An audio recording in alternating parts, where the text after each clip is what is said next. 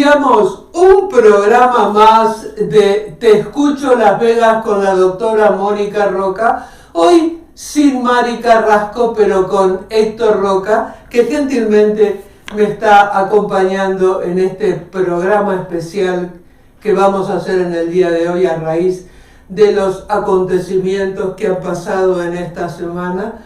Gracias, Héctor, por estar aquí en este programa y acompañándome. Pero antes de iniciar el tema de hoy, vamos a hablar de nuestros auspiciantes, que habitualmente esto lo lee Mari Carrasco, pero hoy lo voy a tener que leer yo. Corporación Avalon, terapias psicológicas y atención médica a bajo costo y en español, con el único laboratorio de homeopatía en Las Vegas. 1866-273-3273, extensión 101, o al 702-420-7524. Rosy Acosta, estilista a domicilio, 702-635-0608. Gabriela Braña, notaria pública móvil, apostillado, supervivencia, poderes y ayuda al cobro de la jubilación de Argentina aquí en los Estados Unidos. 626-367-6738. Video, imagen, publicidad digital para todo tipo de negocios. Neto García, 702-666-7736.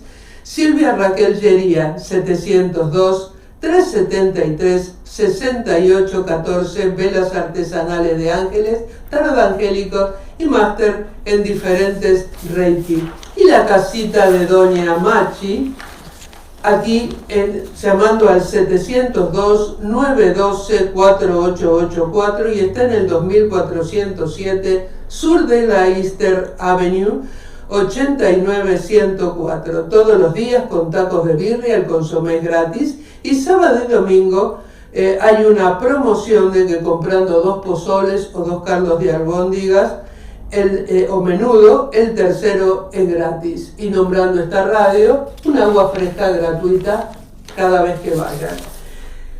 Hoy es un tema muy fuerte y el hacer este programa especial ampliando más la información es debido, y tengo que agradecer a Emanuel Velázquez, que en el día lunes me hizo una entrevista para Telemundo sobre el tema de la depresión. Y como es para un noticiero, es muy corto el tiempo que uno puede exponer ahí, así que por eso hoy el programa especial. Esto fue a raíz de una madre que mató a su hijo y después se suicidó. La encontraron cerca del Red Rock, dentro de un coche, y la nota preguntaba cómo pasa la depresión. Entonces, vamos a ir aclarando paulatinamente esto porque son varios tópicos en esto. También vamos a hablar de la trágica muerte, del suicidio de Chelsea Christ, que fue Miss Estados Unidos en el 2019 y que se tiró del piso 60 de un edificio de Manhattan teniendo 31 años. ¿Qué pasa con la depresión? Yo siempre les comento que hay 2 tipos de depresión. La depresión endógena, que es producto de una baja de energía corporal, y esto está relacionado, por ejemplo, con las personas que tienen cáncer, las personas que tienen lupus, las personas que tienen esclerosis múltiple o alguna variedad de hepatitis, como así también fibromialgias y toda aquella enfermedad que provoca mucho dolor físico y también emocional. Y la depresión reactiva, que es exclusivamente psicológica y es producto de pérdidas, de situaciones traumáticas que la persona ha vivido y que no puede elaborar pronto. Y que si no se hace un tratamiento específico, la depresión se cronifica y se transforma en una melancolía, que es una enfermedad psiquiátrica. La enfermedad es un síntoma, no una enfermedad. Lo que pasa es que si la dejamos crecer, se puede transformar en una enfermedad grave. No puedo evitar hacerme algunas preguntas que salen del tema del enfoque individual que le has dado a la exposición hasta ahora. Mi pregunta es, ¿cuánto en esas disfunciones de orden mental son producto de la sociedad en que vivimos? Porque no puedo dejar de recordar estudios que se realizaron a mediados del siglo pasado, estudios de tipo sociológico, donde postulaban, quienes habían hecho esos estudios, los científicos que lo habían hecho, que los seres humanos en el transcurso de toda su existencia pueden relacionarse más o menos íntimamente con un número aproximado de 2.000 personas. Que todo aquello que exceda ese número pasa a ser un signo desconocido y sin valor de relación para los seres humanos, y que el exceso de esa confluencia de seres en un ámbito reducido puede determinar alguna forma de agobio en el individuo. También se hicieron estudios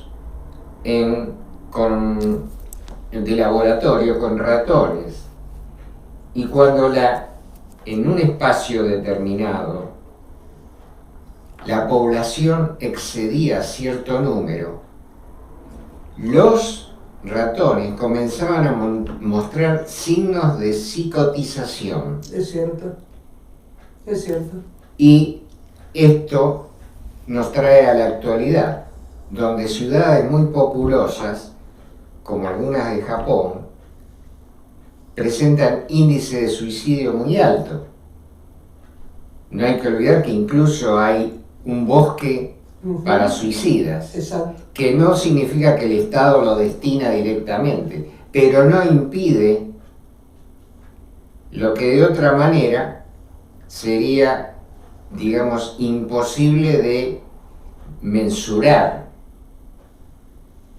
Correcto.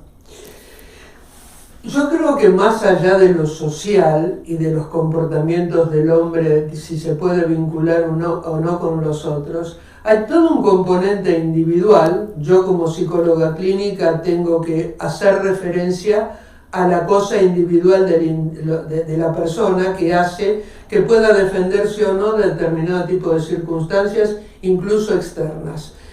Esta pandemia ha mostrado un índice enorme de enfermedad mental debido a la reclusión. Vos antes decías que la persona está expuesta a lo largo de su vida o en la vida diaria a comunicarse y conectarse con varias personas, pero no todo el mundo. Las personas que son tímidas, las personas que tienen problemas de autismo, las personas que tienen otro tipo de situaciones a nivel mental, no pueden socializar. Y lo importante para evitar la depresión es la socialización, la conexión con el otro, el poder hablar con el otro de su dolor. Cuando el ser humano no tiene esta capacidad de comunicación con el otro, no puede contar su dolor, no puede manifestar sus emociones, enferma. Y el primer síntoma de esa enfermedad, y el más leve, está relacionado con la depresión. Pero si no hacemos algo, esta depresión después se puede transformar en una enfermedad psicosomática, en una enfermedad crónica o en una enfermedad grave, tanto mental como física. Entiendo el punto de vista y me parece razonable el enfoque individual que desde la profesión de la psicología se hace y se debiera hacer para casos como este. Pero no puedo dejar de pensar en las diferencias que implican los ámbitos donde cada uno de los seres humanos viven.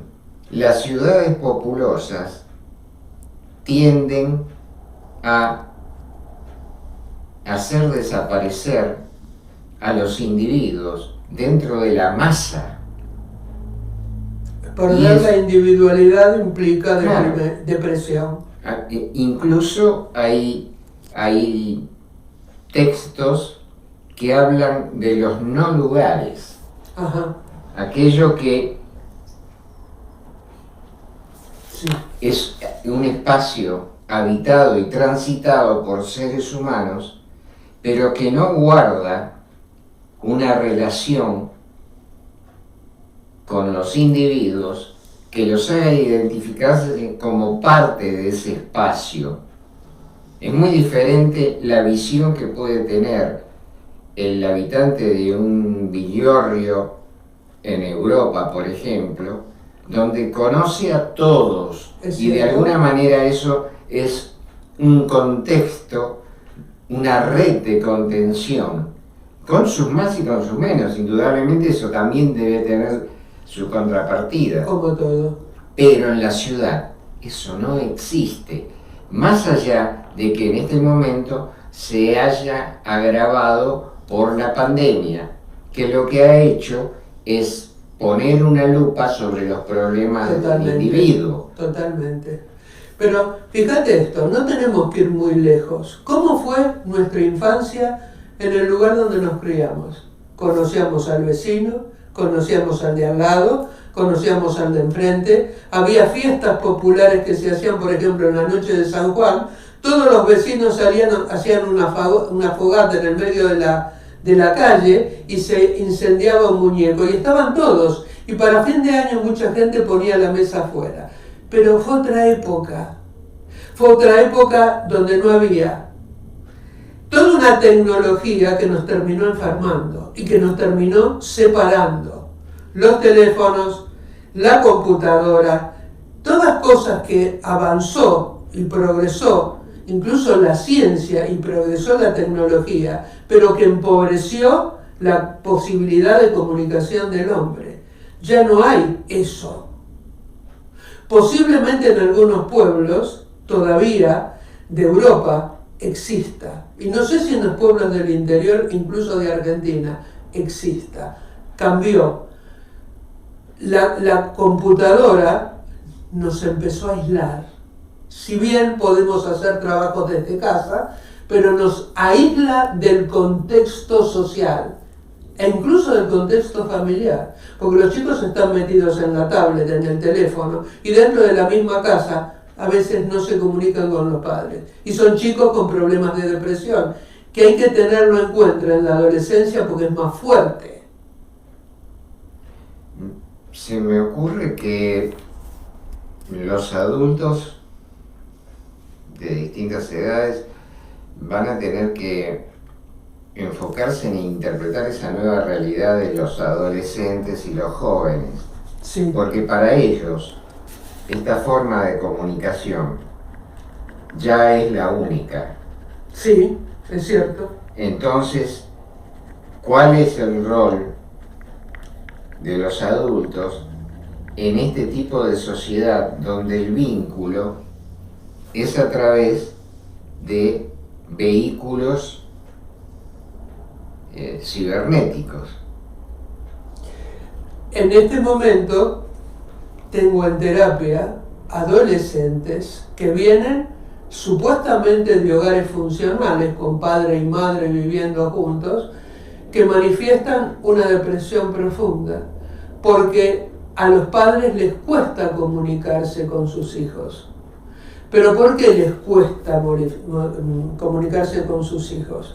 Porque ellos vienen con sistemas de creencias, con prejuicios, con situaciones relacionadas con su religión, que no permiten tener una mente amplia cuando un hijo, por ejemplo, les dice que es gay. Cuando, por ejemplo, un hijo no puede contar en su casa que le están haciendo bullying en el colegio porque es oscurito, y no lo cuenta porque sus padres también son oscuritos de piel y no quiere traerle un trastorno. Y ese chico no puede comunicarse con los otros y se va cerrando, y tampoco en su casa. O sea, los prejuicios de los padres o la extrema rigidez en el tratamiento o en la comunicación con los hijos hacen que estos hijos se separen de sus padres, más allá de lo cibernético? Yo no estoy tan seguro que el problema sea solamente o fundamentalmente de índole tecnológico o del desarrollo de la tecnología. Creo que hay imposibilidades en cualquiera de las edades del ser humano de adaptarse a los cambios. E incluso para los jóvenes, que están más propensos a actualizarse con rapidez, existe una imposibilidad, una improbabilidad de adaptarse al medio que básicamente es el núcleo familiar. Correcto. Porque en la situación de dependencia de los adultos que normalmente atraviesan los jóvenes, le es muy difícil postular reglas que permitan la comunicación con los valores y las temáticas que a ellos les pueden interesar. Esa disociación entre generaciones me parece que se ha agravado a través del transcurso de la historia de los últimos 100 años. Pero la pregunta es, ¿hacia dónde vamos como sociedad si los problemas de inadaptación van a seguir generando casos como los que has comentado al inicio, de suicidios, asesinatos, y debemos incluir en esto incluso las matanzas masivas producidas por adolescentes y por jóvenes o que por adultos también, que unidos habitualmente suelen ser más los jóvenes. Sí. Hay casos de todo tipo, pero que munidos de armamentos, que ese es otro tema a conversar, producen escenarios escalofriantes de violencia que termina con la vida de muchos y que a veces incluso no es necesario un arma, porque un vehículo puede convertirse en un arma. Y ya hemos visto lo que pasó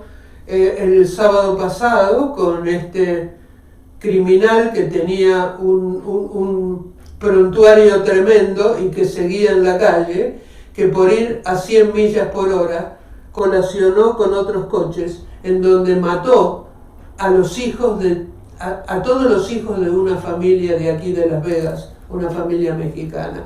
Pero no me quiero disgregar hablando de lo social con respecto a esto. Vamos a sentarnos puntualmente al tema de hoy, que está relacionado con la depresión, con la melancolía y con el suicidio.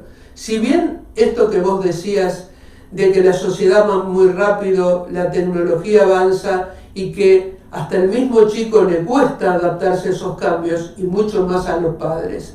Pero volviendo al tema de lo que dije antes, esos padres que vienen con otro tipo de educación, con otro tipo de preparación, e incluso algunos de ellos sin ningún tipo de preparación, ¿cómo se comunican con sus hijos cuando no tienen la misma preparación que tienen los hijos? Y lo que es peor, por estar trabajando todo el tiempo, y esos hijos les agradecen profundamente porque les dan un nivel de vida mejor que tendrían en otros países, pero también los apartan. ¿Cuántos padres saben? Una cosa muy simple: ¿qué tipo de música le gusta a su hijo? ¿Qué tipo de amigos tiene su hijo? ¿Cuántos padres, por lo menos una vez por semana, salen con sus hijos solos a hacer algún tipo de deporte o a comer o a tomar algo para que los hijos puedan contar qué es lo que les está pasando? Porque muchos hijos no lo cuentan en la casa, pero los sacás un poco al parque, o los sacás un poco al cine, o los sacás un poco a comer y hablan. Yo realmente me disculpo por encararlo de una forma más general, claro, con una pero acá visión estamos trabajando más, la cosa individual hoy. más sociológica, y es porque me parece que tratar desde lo individual algo que tiene un origen generalizado en el seno de la sociedad es como preocuparse por un resfriado cuando hay tuberculosis masiva. Sí, pero ¿sabes qué pasa? Uno no le puede echar constantemente la culpa a la sociedad en la que vive, ni a los padres que tuvieron, porque hay que trabajar en lo personal. Sí, pero yo agregaría que hace falta realmente que el Estado tome conciencia de los problemas que la sociedad que administra está atravesando y que de las escuelas se trate de cultivar en los niños la interpretación, el entendimiento de lo que las generaciones anteriores no le pueden proveer. Claro, pero acordemos esto, el primer trabajo lo hacen los padres, no el colegio. Si los padres no están en condiciones de aportarle a los jóvenes, a los niños, a los miembros de su familia, la asistencia emocional que ellos necesitan, tiene que haber algún sitio en la sociedad, algún espacio donde se cubra esa falencia. Porque no podemos pedir que generaciones de inmigrantes que están abocados únicamente a la cuestión de la supervivencia y el lograr un estándar de vida más digno que el que tenían en sus orígenes, no podemos pedirle a ellos que hagan una evolución que no trajeron desde su origen. No, yo te comprendo con respecto a esto. En los colegios hay gabinetes psicoterapéuticos que atienden individualmente a los niños. Según y conforme, no dan abasto. Aquí, en este país que es maravilloso para muchas cosas, faltan ayudas psicológicas en hospitales y faltan ayudas psicológicas en lugares donde se les puede dar una atención gratuita. No la hay y no dan abasto. En los colegios hacen lo que pueden, pero tampoco los que están trabajando en un colegio tienen el tiempo suficiente como para ver cada caso individual, porque muchos de esos chicos que llevaron al colegio armas y que terminaron masacrando a sus compañeros, ya se habían detectado que tenían problemas, pero no se pudo hacer el seguimiento. Entonces, vamos a volver al origen de esto que está relacionado con los primeros años de vida. Cuando una persona viene de un hogar disfuncional, cuando hablo de hogar disfuncional, es padre ausente por muerte, es padre ausente porque se fue, es un padre desdibujado porque hay problemas de alcoholismo y drogadicción, o hay una madre que sale a trabajar porque el padre no puede proveer a su familia. Todas estas personas que vienen de hogares disfuncionales tienen una mayor predisposición a la depresión que los que vienen de hogares funcionales. Esto de aquí en la China y en el Congo, más allá de la sociedad en la que viven.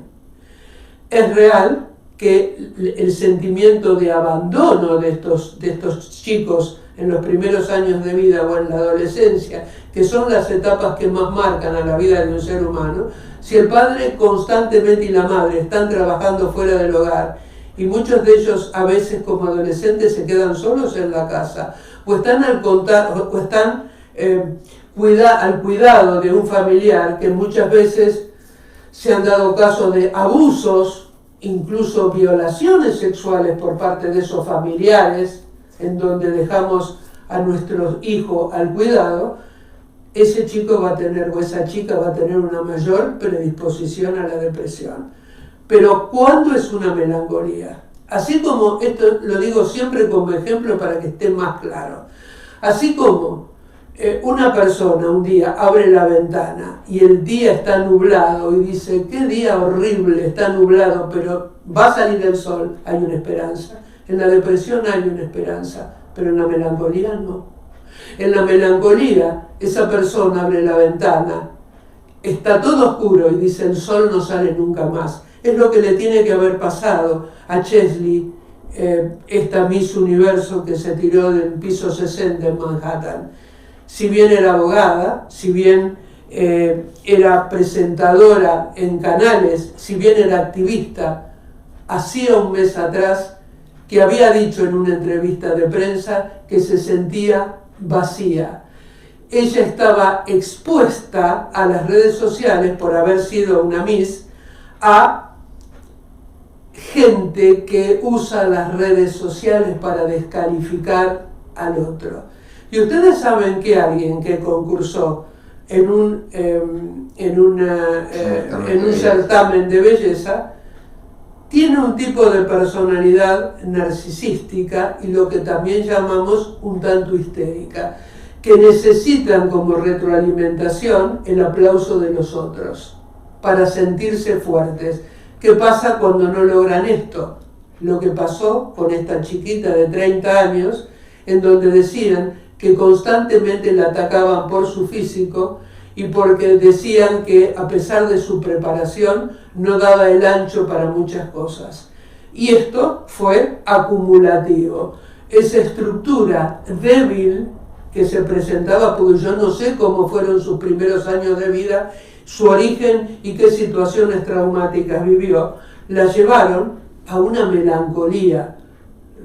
Recalco esto, de una depresión no se llega al suicidio. Para llegar al suicidio tiene que estar ya instaurada lo que se llama una melancolía, la imposibilidad de elaborar las pérdidas a lo largo de la vida. Se me murió mi mascota a los 3 años, se me murió mi caballito a los 7, se me murió mi abuelo, mi abuela, mi papá, y no pude nunca elaborar los duelos, los fui acumulando hasta que se me apagó el sol interior. Eso es una enfermedad psiquiátrica que necesita imperiosamente medicación, internación y tratamiento. Mientras que en la depresión común el tratamiento puede ser deambulatorio y puede ayudar muchísimo grupos de autoayuda con otros que tienen el mismo problema y se instauran. Pero ¿qué pasa también? Y esto es importante. ¿Qué pasa cuando, por ejemplo, hay una depresión endógena? Como por ejemplo en una enfermedad que se la toma como psiquiátrica, que se llama bipolar, en donde hay una deficiencia de litio. El litio es una sustancia que todos traemos a nivel cerebral que nos regula los estados de ánimo durante toda la vida. Pero ¿qué pasa cuando una persona tiene una situación traumática, una violación donde la amenazaron de muerte, o se cayó de un edificio y se está muriendo, o estuvo en un accidente y se salvó, pero murieron todos los que estaban a su alrededor? Se come por el impacto esa cantidad de litio y empieza a haber una desregulación de la emoción, en donde se tienen o situaciones de depresión muy profunda donde se toca fondo, o depresión de una euforia que me hace caminar por los techos, y en los dos casos hay peligro de suicidio, tanto por una depresión profunda como por un ataque de maníaco, en donde se hacen, por ejemplo, deportes de riesgo, en donde la mayoría de las personas que hacen deportes de riesgo se terminan matando. ¿Pero por qué hacen deportes de riesgo? Porque esa adrenalina tiene bajo control la tristeza o la depresión que portaban. Pero en este caso es una depresión de tipo endógena. Hay un factor interno, regulador, que no funciona. Y como el litio no se puede incorporar por comidas, se tienen que recurrir a litio sintetizado en laboratorio, que es un arma de doble filo porque la mala dosificación trae cáncer de hígado. Enfermedades como por ejemplo cáncer, lupus, esclerosis múltiple, variedad de hepatitis, que son enfermedades autoinmunes, también dan depresión. pero que se puede regular haciendo terapia o usando algún tipo de medicación. Yo preferiría que no fuera psicotrópico, porque es un arma de doble filo y es un supresor. Hay cosas más naturales. Pero también tenemos que tomar en cuenta que, por ejemplo, ¿qué cosas pueden llegar a un suicidio o atentar contra nuestro propio cuerpo? La combinación de algunas drogas. Por ejemplo, ustedes tienen que ser muy cuidadosos. El médico se supone que si ustedes tienen varias enfermedades, el médico tiene que tener un récord de la medicación que se da. Sobre todo cuando va uno a distintos especialistas, tienen que tener mucho cuidado del tipo de medicación que se está usando. Por ejemplo, tengo un caso muy cercano de alguien que tiene epilepsia, de alguien que tiene fibromialgia, que también tuvo un problema de cáncer, y la combinación de todo eso hizo que tuviera un episodio en donde lesionó su cuerpo y terminó en el hospital. Pero que se dieron cuenta que era por una intoxicación por este tipo de medicamentos. Hace muchos años atrás, una prima mía, que en aquel momento estaba viviendo en Miami, cuando salió el Prozac, que aparentemente curaba todo tipo de depresión, le dieron Prozac y terminó internada 5 días en un neuropsiquiátrico, porque una de las tantas contraindicaciones del Prozac daba alucinaciones visuales, auditivas y olfativas. Entonces, mucho cuidado con esto. También se puede tener una depresión por síndrome de abstenencia, por drogas, por opioides, por whatever. Entonces, hay que ser muy cuidadoso de ver esta depresión por qué es, si es endógena, si es reactiva, si es por una falta de algo, si es una combinación por medicamentos, muy delicado. ¿Cuáles son los síntomas de la depresión? Los síntomas de la depresión son muy claros. La persona se aísla, está con tristeza, no se quiere bañar, o no quiere comer o come por el campeonato con cuadros de bulimia y anorexia nerviosa, no quiere tener sexo, no quiere salir a trabajar y quiere estar durmiendo todo el tiempo. Torneos de sueño, ¿para qué? Para escaparse de la realidad. Ese es un primer síntoma. Este es muy común en los adolescentes. Si no se hace algún tipo de tratamiento y no se ve estas señales, el siguiente paso son ataques de ansiedad y ataques de pánico. Y si no se hace nada en este paso, y eso se va creciendo, se termina en una melancolía. Y en la melancolía, la persona, para liberarse del dolor, se mata. En estos casos de esta madre que mató al hijo, y después se pegó un tiro en la cabeza, habría que ver qué cosas traía de arrastre, más allá que hubiera podido perder a lo mejor el trabajo, que lo hubiera abandonado el padre de sus hijos, que no sabemos cuáles son los detonantes, pero que indudablemente, más allá de los detonantes, esta persona tenía una muy baja autoestima y era débil y no pudo pelearla de otra manera, y decidió que no podía dejar vivir ese chico sin ella y lo mató primero y después se suicidó. Pero esto es una melancolía, no es una depresión.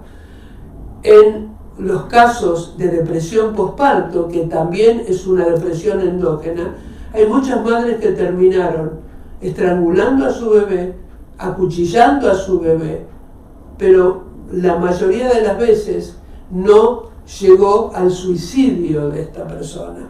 Pero hay que ser muy cuidadoso, hay que ver los síntomas y no minimizar. Si nosotros encontramos que nuestro hijo escribe en su diario, dejó un papel donde dice que está fascinado con el tema de la muerte, esta es una señal de que algo está yendo mal y que ese chico puede llegar a suicidarse, porque está incubando una melancolía. El rechazo por su género, el rechazo por su color de piel, por su etnia, eso también puede llevar a un adolescente, porque el adolescente es el periodo del ser humano en donde se está más débil y es el periodo en que el ser humano presenta más signos como de locura por la estabilidad emocional que tiene este chico. No dejen pasar estos síntomas, porque después, cuando ya es tarde, yo me acuerdo aquella vez que le encontré un papel que decía, o lo escuché hablando por teléfono con un compañerito donde decía que se iba a suicidar, pero después, cuando ya es tarde. La pregunta que quisiera hacer desde el conocimiento de las cosas que has señalado es si la depresión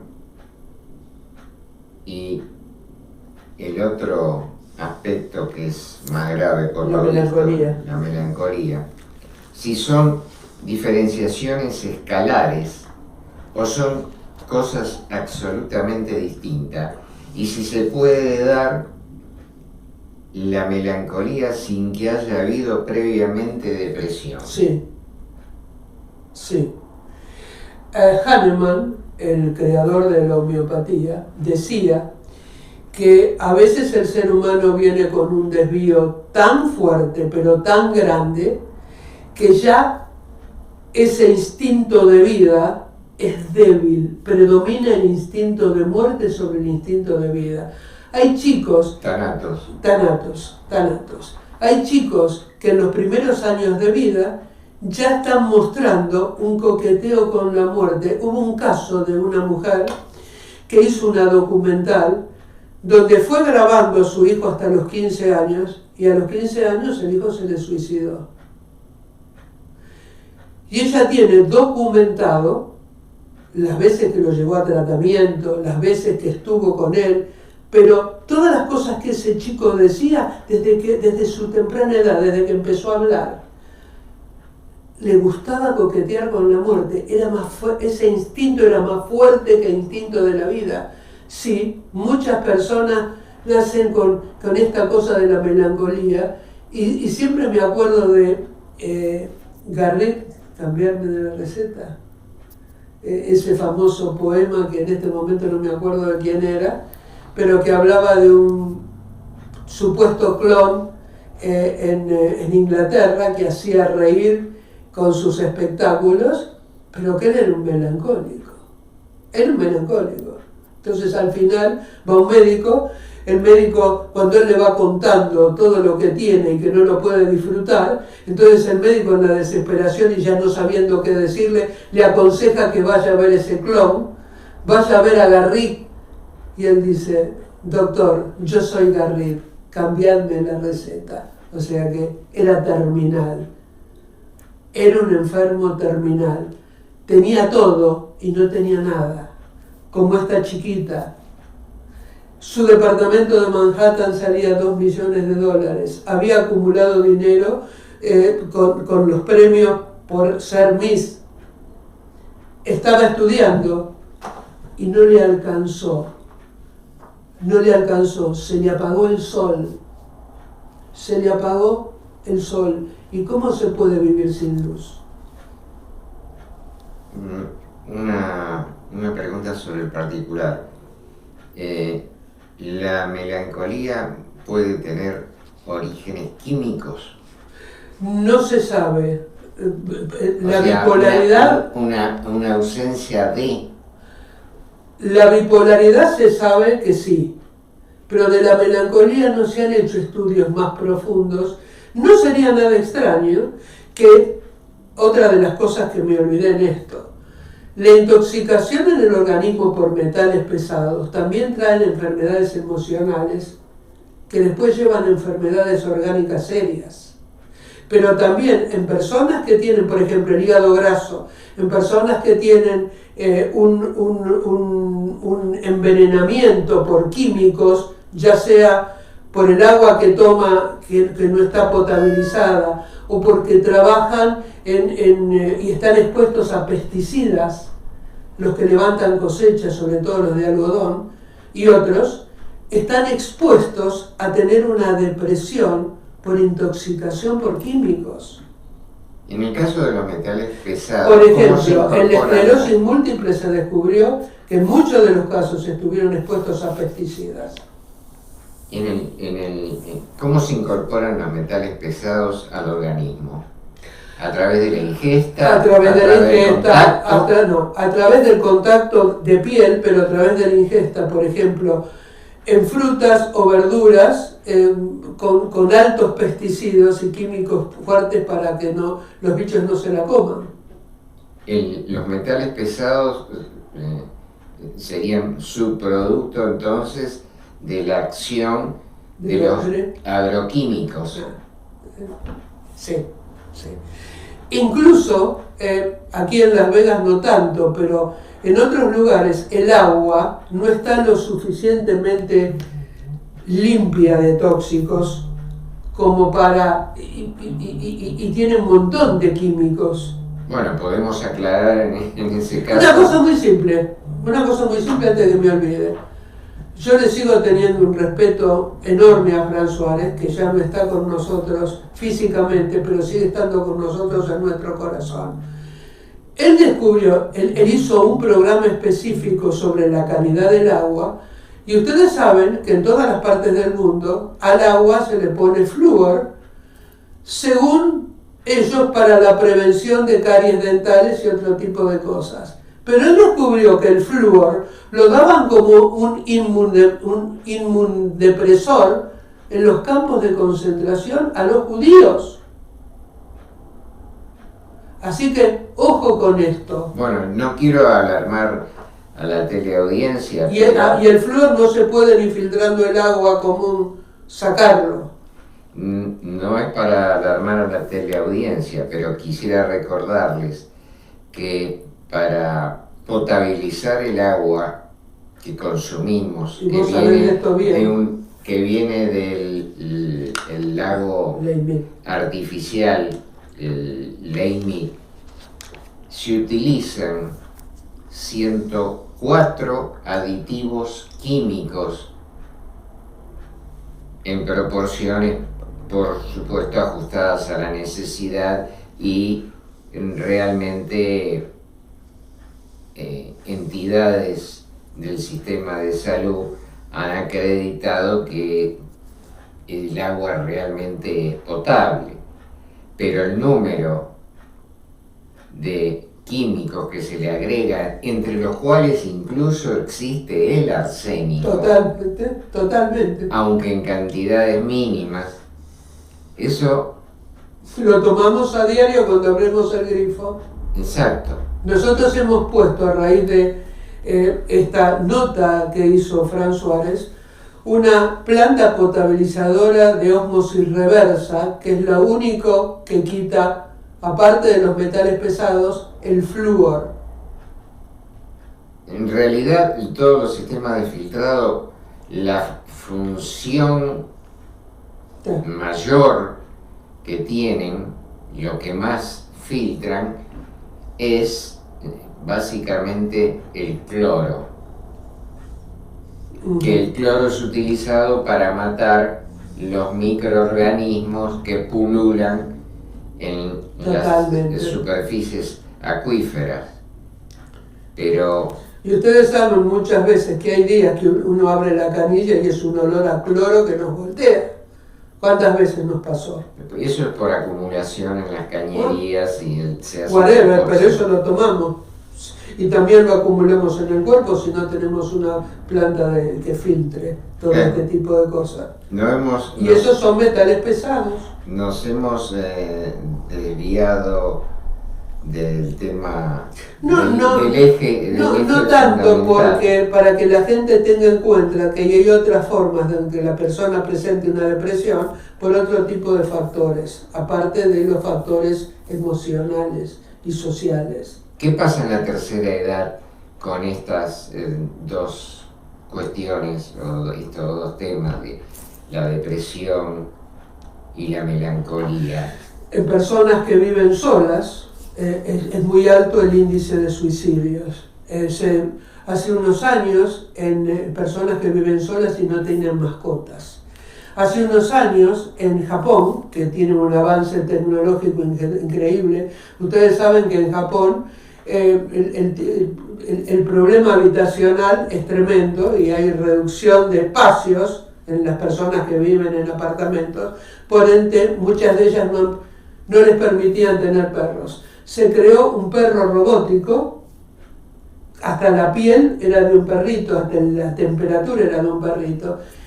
Y esos perritos robóticos, a gente que tenía medios como para poder comprarlos, les salvó la vida, porque les cambió, salieron de la depresión ante el hecho de tener una mascota. Aunque esa mascota no fuera un ser vivo, era robótico, pero miren cómo incidía el hecho de tocarlo, el hecho de que les ladrara, el hecho de que los mimara, cómo cambiaba emocionalmente. Acuérdense que el problema de la soledad, cuando uno no se lleva bien con la soledad, como pasó y está pasando en esta época de pandemia, todas aquellas cosas que en época normal se sustentaba desde una cosa económica buena, o de estar acompañado en casa, o el contacto con los amigos, la pandemia limitó. Muchos de ellos se quedaron sin trabajo, muchos de ellos se tuvieron que separar de los seres queridos. Todo eso hizo que se reflotara esas cosas internas no resueltas. Esto es como un tema de Alberto Cortés que decía, el vino puede sacar cosas que el agua no saca. En esta época de pandemia, la pandemia sacó cosas internas que no se sacaron en otro momento. El dolor, la soledad, la sensación de fracaso, la impotencia, la gente que lucró con las cosas indispensables, pero también la gente maravillosa que repartió comida, la gente maravillosa que te dejaba la comida en la puerta de tu casa, aunque no te conociera, sabiendo que vos tenías esa gente, la otra cara de Las Vegas. O sea, la pandemia mostró a la gente cómo es, con sus problemas, con sus pecados, pero también con sus virtudes. Pero la soledad es un tema, desde la Iglesia Católica, Apostólica, Romana y muchas religiones, al ser humano se le dijo que tiene que vivir acompañado, porque de lo contrario es un perdedor. Entonces lo que hizo fue, ese sistema de creencias, separarnos de nosotros mismos, cada vez más lejos de nosotros mismos, cada vez con más miedo de conocer nuestro interior. Y es ahí donde se genera la depresión. El desconocimiento de uno mismo, el no saber cuál es el potencial que tenés para la lucha. Hoy, mi querida amiga Macaria, a la cual le mando un beso muy grande, pero primero, perdónenme que voy a salir de foco porque no veo a distancia lo que me están escribiendo en el Facebook. Carlos Mauricio Gil nos está viendo, Víctor Vázquez nos está viendo desde Miami. Víctor, un beso grande. María Gómez nos está viendo. Mi querida amiga Macaria, una luchadora increíble, hoy me acaba de mandar para que escuchara un tema que se los recomiendo cuando uno está medio bajoneado, porque todos tenemos bajones, no necesariamente depresión, pero bajones, tristezas por pérdida, por añoranzas. Un tema que es un himno, que es para dar para adelante, que es el último tema que escribió Gloria Trevi, que se llama Mujer Maravilla. Está en YouTube, se los recomiendo, es un himno. Es un himno que uno lo tiene que cantar desde que se levanta a la mañana para prender los motores. Sí. Que no puedo dejar de pensar que sigue habiendo un alto componente de responsabilidad social en la acumulación de problemas que tienen las distintas etapas por las que atraviesa un ser humano, particularmente su adolescencia y en última instancia la etapa final, donde los ancianos ven recortados sus posibilidades de contacto humano o demasiado restringidos. Y creo que me sigue pareciendo que los extremos en que se da la socialización, pongamos por caso la persona absolutamente aislado, el Robinson Crusoe del siglo XXI, sí. que no tiene a nadie, o el ser humano en la muchedumbre, característico del siglo XXI, donde es un punto, una gota en el océano de seres humanos que deambulan por lugares que no tienen referencias. Pero también tenemos que acordarnos de esto. Para hacer un cambio en lo social, primero tenemos que empezar por nosotros. No podemos de otra manera. Para luchar por la paz, primero tenemos que combatir a nuestros monstruos y ganarles. No podemos hacer para afuera lo que no pudimos hacer para adentro. Pero aparte, hasta Robinson Crusoe, que estaba solo como un hongo, se creó un personaje para poder dialogar. Miren la película, la última versión de la película de Tom Hanks. Habla de la fortaleza interior que cada uno tiene y que puede salir en situaciones límites. Esa es la versión moderna de Robinson Crusoe, porque en la novela Robinson Crusoe, el autor recurre a combatir esa soledad extrema con la aparición de dos personajes, dos indígenas, a los que bautiza jueves y viernes. Acá era una pelota, que la llamaba, ¿cómo? No me acuerdo ya. Wilson. Claro, el nombre de la pelota. El Wilson era una pelota. Pero a esto voy. ¿Cómo el ser humano tiene recursos que tal vez todavía no lo sabe que los tiene, pero que en una situación límite puede salir si la persona tiene esa fortaleza? Pero si la persona tiene una debilidad en su autoestima, no sale, o la desconoce, o se cree un perdedor cuando puede ser un ganador. Se nos acabó el tiempo. Voy a agradecer, antes que nada, otra vez a Emanuel Vázquez de Telemundo Noticias por la nota que me hizo el lunes, y a nuestros auspiciantes de todos los miércoles a las 11 de la mañana, mandándole un abrazo y un saludo muy grande a nuestra querida Mari Carrasco, que hoy no nos acompañó porque tenía que hacer un trámite, pero que está siempre presente aunque no esté físicamente. Corporación Avalon, terapia psicológica y atención médica a bajo costo y en español, con el único laboratorio de homeopatía en Las Vegas. 1866-273-3273, extensión 101 o al 702-420-7524. Rosy Acosta, estilista a domicilio, 702-635-0608. Gabriela Braña, notaria pública móvil, apostillado, supervivencia, poderes y ayuda al cobro de la jubilación de Argentina, aquí en los Estados Unidos. 626-367-6738. Y un beso muy grande a nuestra querida Estrellita, que en este momento está en el hospital UNC para un nuevo tratamiento. Le mandamos un beso muy grande. Estrellita con su tiendita virtual Así se lleva México, 702-748-0340. Plomería, precios acomodados, Celso Guerra, 702-353-1191.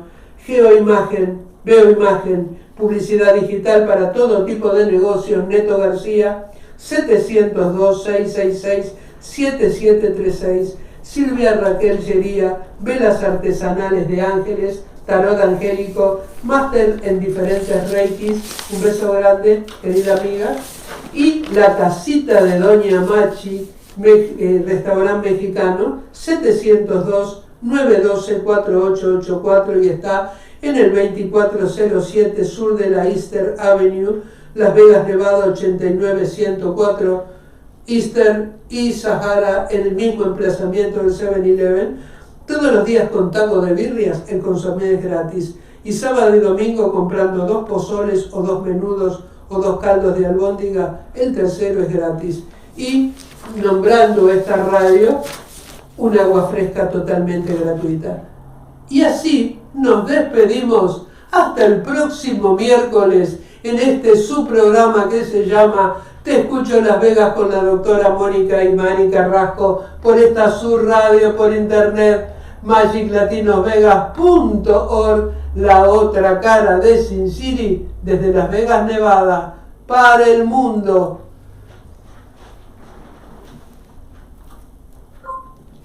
Apágame por favor, aquella. Empujame.